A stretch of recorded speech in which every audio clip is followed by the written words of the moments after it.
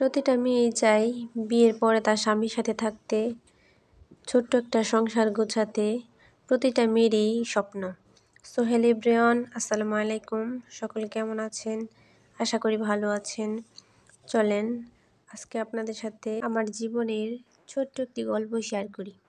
আপনাদের ভাইয়ার সাথে আমার বিয়ে হয় প্রায় 6 বছর হতে চলল।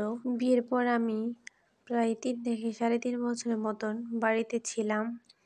কিন্তু আমার একটা স্বপ্ন ছিল, আমার যখন বিয়ে হবে তখন আমি সবসময় আমার জামাইয়ের সাথে থাকবো, আমার ছোট্ট একটা সংসার হবে। আমার বাসায় আসা নিয়ে যত ঝামেলা, আমি কেন বাসায় আসবো, বাসায় নিতে হবে কেন বউকে, বউ থাকবে বাড়িতে, শাশুড়ি সব নিয়ে তুমুল ঝগড়া।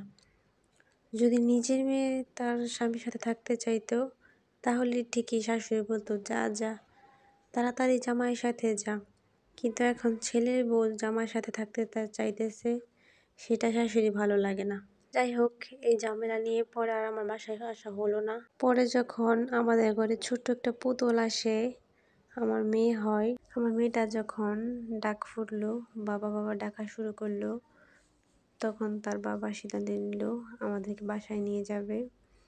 তার বাবা নাকি তার মেয়েকে ছাড়া থাকতে পারবে না, তার জন্য সিদ্ধান্ত নিল আমাদেরকে বাসায় নিয়ে যাবে। এই কথাটা শোনার পরে আমার কি যে আনন্দ হয়েছিল তা আমি বলে বোঝাতে পারবো না। বাসায় আসার আগে প্রত্যেক দিন শুধু কান্না করতাম আর বলতাম, হে আল্লাহ, তুমি আমাকে আমার স্বামীর সাথে থাকা তৌফিক দান করো। সত্যি আল্লাহ চাইলে সবই সম্ভব হয়। আল্লাহ তাআলা বান্দাকে সব কিছুই দান করে, তার মনের আশা পূর্ণ করে, তবে একটু ধৈর্য ধরতে হয়, সবুর করতে হয়। আমার মেয়ের যখন 2 বছর বয়স তখন আমরা বাসায় চলে আসলাম। এখন আলহামদুলিল্লাহ বাসায় আছি। সকলে দোয়া করবেন সবসময় যাতে আমরা একসাথে থাকতে পারি।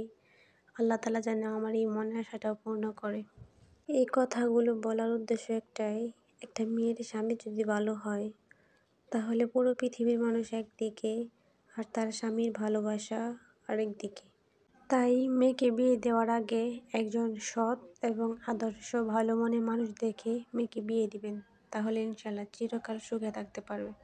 আজকের এই ছোট্ট গল্পটি কেমন লেগেছে সকলে কমেন্ট করে জানাবেন। আর সকলে আমাদের জন্য দোয়া করবেন, আমরা যেন মৃত্যুর আগ পর্যন্ত দুজন একসাথে থাকতে পারি। আমাদের ভালোবাসা যেন মৃত্যুর আগ পর্যন্ত এইরকমই থাকে, একটু কমতিও যেন না হয়। আজকে ভিডিওটি এখানে শেষ করলাম। সকলে ভালো থাকবেন। আল্লাহ হাফেজ।